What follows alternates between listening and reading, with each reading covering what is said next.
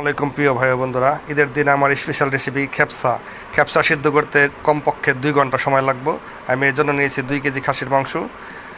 তারপরে খেপসার পানি দিয়ে আমি চাউল পাকাবো। এর জন্য নিয়েছি আমি বাসমতি চাউলের সাথে অল্প একটু সামান্য মশলা, কোনোরকম আদা জিরে, গরম মশলা, একটু দুধ লাগবে।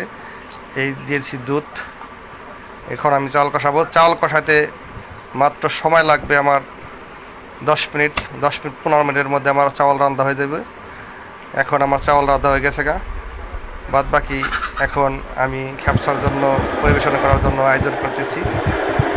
আজকে স্পেশাল আমার পানি হলো কোনো কুকটুক কিছুই না। আমি একটা নিব ডাবের পানি। এই ডাবের পানি দিয়ে আমি পরিবেশন করব আজকে আমার রেসিপি। ডাব কাটতেছি এখন। আর একটা আমি বানাইছি সস, সেটা হলো টমেটোর সস বানাইছি হাতে বাসায়। ডাবের পানি নিতেছি।